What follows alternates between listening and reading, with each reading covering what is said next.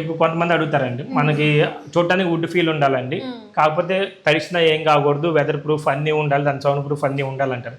అలాంటి వాళ్ళకి ఈ విండోస్ బెస్ట్ ఆప్షన్ అండి. ఇటు చూద్దాం. అంటే ఇది ఈ విండోస్ అవి సేమ్ మెటీరియల్?